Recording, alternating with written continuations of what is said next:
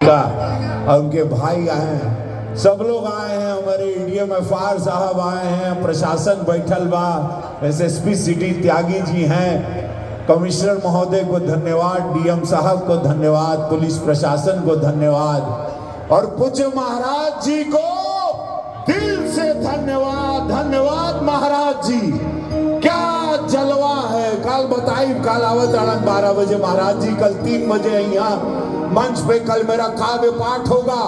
कल महाराज जी आ रहे हैं, सब लोग आइएगा और ये लाखों की भीड़ महाराज जी के बताए कि महाराज जी पूरा अगर हम वहीं गेहूं छीटक तब वो जगह ना पड़ी हो। रितेश बाबू जय हो मेरे भाई।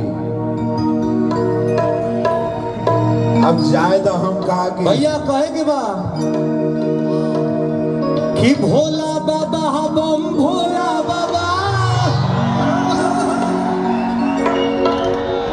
अभी भोला बाबा बम भोला